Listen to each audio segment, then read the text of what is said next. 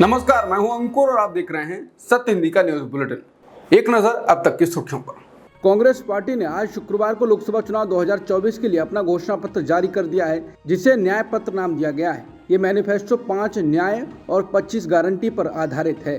कांग्रेस के घोषणा पत्र की बड़ी बातों की अगर बात की जाए तो इसमें केंद्र सरकार में 30 लाख नौकरियां, गरीब परिवारों की महिलाओं को 1 लाख रुपए सालाना, जाति जनगणना, एमएसपी को कानूनी दर्जा, मनरेगा मजदूरी 400 रुपये, जांच एजेंसियों का दुरुपयोग रोकने और पीएमएलए कानून में बदलाव का ऐलान किया गया है। साथ ही सच्चर कमेटी की सिफारिशों को लागू करने की भी घोषणा की गई है। कांग्रेस के अनुसार उसका घोषणा पत्र पार्टी के 5 न्याय, हिस्सेदारी न्याय, किसान न्याय, नारी न्याय, श्रमिक न्याय और युवा न्याय पर आधारित है। कांग्रेस ने हिस्सेदारी न्याय के तहत जाति जनगणना कराने और आरक्षण की 50% की सीमा खत्म करने की गारंटी दी है। कांग्रेस ने अपने घोषणा पत्र में चुनावी बॉन्ड को लेकर कहा है कि संदिग्ध सौदों की जांच की जाएगी और उन लोगों को कानून के दायरे में लाया जाएगा जिन्होंने इससे अनुचित माध्यम से अवैध लाभ कमाया है। इसके साथ ही घोषणा पत्र में कहा गया है कि बीजेपी में शामिल होने वाले पंजीकृत मामलों के आरोपियों को कानून से बचने की अनुमति दी गई। ऐसे लोगों पर लगे आरोपों की फिर से जांच की जाएगी।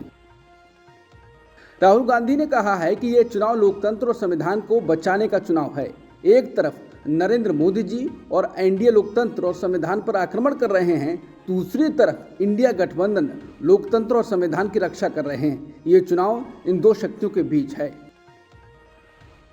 योगेंद्र यादव ने एक सर्वे ट्वीट किया है जिसमें लिखा गया है कि बीजेपी आरएसएस का इंटरनल सर्वे और राज्यों में सीटों का आकलन बताया गया है। हालांकि योगेंद्र यादव ने भी इसको तथाकथित सर्वे कहा है और सत्य हिंदी भी नहीं कहता है कि बीजेपी और आरएसएस का ये सर्वे है। लेकिन योगेंद्र यादव ने जो तथाकथित सर्वे ट्वीट किया है उसमें बीजेपी को यूपी में 80 में से 65 सीटें मिल रही हैं, पश्चिम बंगाल में 42 में से 9 सीटें मिल रही हैं, दिल्ली में 7 में से 5 सीटें मिल रही हैं, राजस्थान में 25 में से 16 सीटें मिल रही हैं, तेलंगाना में 1 सीट मिल रही है, महाराष्ट्र में से 48 में से 11 सीटें मिल रही हैं, कर्नाटक में 28 में से 6 सीटें मिल रही हैं, बिहार में 40 में से 9 सीटें मिल रही हैं, मध्य प्रदेश में 29 में से 24 सीटें मिल रही हैं, गुजरात में 26 में से 23 सीटें मिल रही हैं, हरियाणा में 10 में से 6 सीटें मिल रही हैं। कुल मिलाकर 543 सीटों में टोटल 214 सीटें मिलने का अनुमान लगाया गया है। हालांकि सत्य हिंदी इस सर्वे को सच्चा नहीं मानता है। आम आदमी पार्टी के राज्यसभा सांसद संजय सिंह ने बड़ा दावा किया है। उन्होंने कहा है कि शराब घोटाला बीजेपी ने किया है, आम आदमी पार्टी की सरकार ने नहीं। संजय सिंह ने कहा कि दिल्ली के मुख्यमंत्री अरविंद केजरीवाल गहरी साजिश के शिकार हैं। संजय सिंह ने कहा कि कुचक्र रचकर देश के बेटे अरविंद केजरीवाल के खिलाफ साजिश रची गई और उन्हें जेल भेजा गया। संजय सिंह ने कहा कि शराब घोटाले में बीजेपी के बड़े नेता शामिल हैं। संजय सिंह ने कहा कि एक व्यक्ति हैं मंगूटा रेड्डी, जिन्होंने 3 बयान दिए। उनके बेटे राघव मंगूटा ने 7 बयान दिए। 16 सितंबर को जब उनसे पहली बार ईडी ने पूछा कि क्या वो अरविंद केजरीवाल को जानते हैं तो उन्होंने सच बताया और कहा कि उन्होंने अरविंद केजरीवाल से मुलाकात की। लेकिन चैरिटेबल ट्रस्ट की ज़मीन के मामले में उनके बेटे को गिरफ्तार कर लिया गया और 5 महीने जेल में रखने के बाद उनके पिता ने अपना बयान बदल दिया। सिंह ने कहा कि दिल्ली आबकारी नीति मामले में एक अहम किरदार मंगूटा रेड्डी की तस्वीर पीएम मोदी के साथ है। 16 जुलाई को ये हमारे खिलाफ बयान देते हैं, बीजेपी की साजिश में ये शामिल हो जाता है, जिसके बाद 18 जुलाई को इसकी बेल हो जाती है। उसका पीएम से क्या रिश्ता है? ये पीएम मोदी की तस्वीर लगाकर वोट मांग रहा है। टीडीपी ने इसे टिकट दे दिया है। टीडीपी एनडीए में शामिल है। संजय सिंह ने कहा कि अब एक और आरोपी शरद रेड्डी की बात करते हैं। इसके 12 बयान लिए गए। इसने भी मना किया अपने शुरुआती बयानों में। 6 महीने जेल में रहा। फिर जब उससे कहा गया कि बयान दो वरना जिंदगी जेल में सड़ जाएगी, शरद रेड्डी टूट गया। 25 अप्रैल को केजरीवाल के खिलाफ बयान दिया। पिछले 10 बयानों को हटा दिया गया ईडी द्वारा। जैसे ही केजरीवाल के खिलाफ बयान दिया, उनका बेल हो जाती है। दिल्ली के मंत्री आतिशी को चुनाव आयोग ने शुक्रवार को नोटिस भेजा है। इसमें उनके बीजेपी में शामिल होने या जेल जाने का सामना करने वाले दावे पर जवाब मांगा है। चुनाव आयोग ने उनसे सोमवार दोपहर 12 बजे तक जवाब मांगा है। चुनाव आयोग ने कहा कि नोटिस के हर एक पैरा का लिखित में जवाब दिया जाए। बिहार में जमुई जनसभा को संबोधित करते हुए पीएम मोदी ने राम मंदिर का जिक्र किया।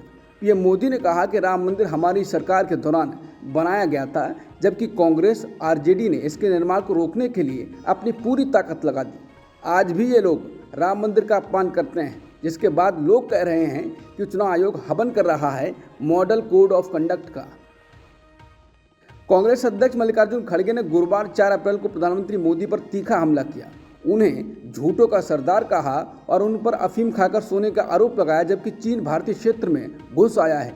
राजस्थान के चित्तौड़गढ़ में एक चुनावी रैली को संबोधित करते हुए उन्होंने कहा कि मोदी देश के लिए नहीं सोचते बल्कि गांधी परिवार को गाली देने में व्यस्त हैं, जिनके सदस्यों ने देश के लिए अपनी जान कुर्बान कर दी। लोकसभा चुनाव से पहले नेताओं के दल बदलने का खेल जारी है। कोई कांग्रेस छोड़ बीजेपी में जा रहा है तो कोई बीजेपी छोड़ कांग्रेस का दामन थाम रहा है, मगर हाल के समय में देखें तो कांग्रेस छोड़ बीजेपी में जाने वालों की संख्या थोड़ी ज़्यादा है। कांग्रेस को एक के बाद एक झटका लग रहा है। इसी बीच कांग्रेस पार्टी के नेता हरीश रावत ने अपनी पार्टी को निशाने पर ले लिया है। उन्होंने कहा कि कांग्रेस पार्टी बहुत सुस्त हो गई है। कांग्रेस नेता हरीश रावत ने आगे कहा कि कांग्रेस बहुत आलसी हो गई है, मगर उसके साथ अलायंस करने वाले लोग उसको जगाने का काम कर रहे हैं। वो उनसे कह रहे हैं कि उठो, जागो, लड़ो और जीतो। हाल ही में कांग्रेस में शामिल हुए पूर्व सांसद राजेश रंजन उर्फ पप्पू यादव ने गुरुवार को बिहार की पूर्णिया लोकसभा सीट से निर्दलीय प्रत्याशी के रूप में अपना नॉमिनेशन भर दिया। इसके बाद कांग्रेस पार्टी ने उन्हें अल्टीमेटम दे दिया है। कांग्रेस के प्रदेश अध्यक्ष अखिलेश प्रसाद ने पप्पू यादव से नॉमिनेशन वापस लेने के लिए कहा। अखिलेश प्रसाद सिंह ने कहा कि आला कमान और कांग्रेस शीर्ष नेतृत्व इसकी इजाज़त नहीं देता है कि कोई भी व्यक्ति निर्दलीय नामांकन दाखिल करे। कोई ऐसा करता है तो कांग्रेस पार्टी स्वीकार नहीं करती। बता दें, आरजेडी की बीमा भारती इस सीट से विपक्षी गठबंधन के उम्मीदवार हैं, लेकिन पप्पू यादव के नामांकन ने महागठबंधन की टेंशन बढ़ा दी है। एक्टर से बीजेपी नेता बनी कंगना रनौत ने सुभाष चंद्र बोस को देश का पहला प्रधानमंत्री बताया, जिसके बाद लोग उन पर तंज कस रहे हैं। उनके बयान ने सोशल मीडिया प्लेटफॉर्म पर चर्चा और बहस छेड़ दी है। कई यूजर्स ने उनके दावे के बाद फैक्चुअल ज्ञान की कमी पर सवाल उठाए। एक्टर प्रकाश राज ने भी वीडियो शेयर किया और लिखा, सुप्रीम जोकर पार्टी के जोकर, क्या अपमान है।